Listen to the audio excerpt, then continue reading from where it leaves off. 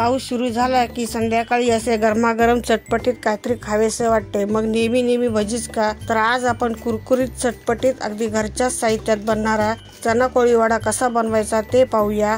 अगदी खायला सुरुवात केली की संपेपर्यंत हात थांबणार नाही असाच पदार्थ। मग चला पाहूया रेसिपी। नमस्कार मंडळी, मी रश्मी किचन मध्ये तुमचं खूप खूप स्वागत आहे। हे मी काबुली चणे घेतलेले आहेत, हे भिजवलेले चणे आहेत। ते आता आपण कुकर मध्ये टाकून घ्यायचे।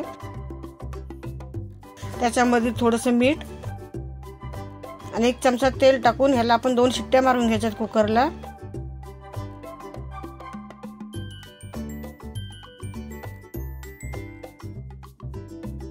कुकरला 2 शिट्ट्या झालेल्या आहेत, कुकर थंड झालेला आहे।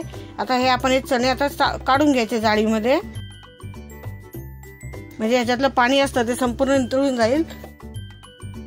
आता आपण एक बाउल घेऊया, त्याच्यामध्ये 1 चमचाभर तेल, आले लसूण पेस्ट, ही हळद घेतली, थोडं धना पावडर, ही काश्मीरी मिरची पावडर, हा ओवा घेतलेला आहे।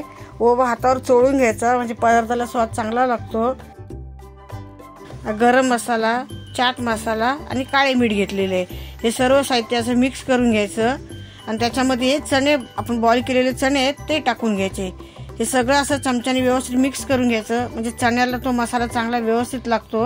त्याच्यामध्येच आता हे मी 2 चमचे बेसन पीठ घेतलेले आहे आणि त्याच्यामध्ये 1 चमचा कॉर्नफ्लॉवर घेतलेला आहे। तुमच्याकडे कॉर्नफ्लॉवर नसेल तर तांदळाचं पीठ टाकलं तरी चालेल। ह्याच्यामध्ये आता हे थोडंसं पाणी टाकून घेते। पाणी थोडं टाकायचं, आपल्याला पाणी थोडंसंच टाकायचं ह्याला, फक्त त्या चण्याला कोटिंग होईपर्यंत पाणी टाकायचं।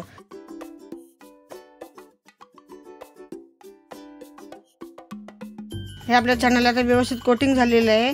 त्याच्यामध्ये थोडंसं मी लिंबू रस टाकून घेते। आमचूर पावडर टाकली तरी चालते, पण मी थोडासा लिंबू रस टाकून घेऊन परत मिक्स करते। आता आपण एका बाजूला तेल गरम करत ठेवलं होतं, तेल गरम झालेलं आहे। त्याच्यामध्ये चणे टाकून घेते। हे आता तेलामध्ये एक एक करून सोडून घ्यायचे।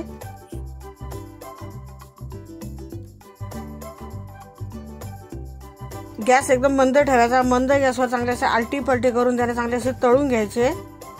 हे चणे असे थोडेसे तळत आले की त्याच्यामध्ये मिरच्या टाकायच्या। तुम्हाला जर लसूण आवडत असेल तर लसूण टाकली तरी चालते, पण हे मिरच्या मध्ये कट करायच्या नंतर टाकायच्या, नाहीतर त्याच्यामधली बिया अंगावर उडण्याची शक्यता असते। हे आपले चणे चांगले असे कुरकुरीत तळून झालेले आहेत। तर आपण नेहमी कसे संध्याकाळी असे पाऊस वगैरे आलाय की आपण अशी भजी वगैरे करतो चटपटीत, तर कधीतरी असं चना कोळी वडा करून नक्की एकदा पहा।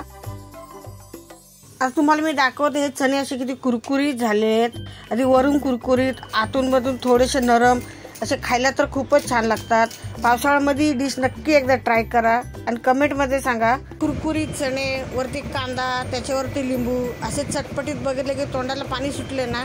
तुम्हाला माझी ही छोटीशी चना कोळी वड्याची रेसिपी कशी वाटली ती कमेंटमध्ये सांगा। माझ्या चॅनलला लाईक करा, शेअर करा, सबस्क्राईब करा। धन्यवाद। जय श्री कृष्ण।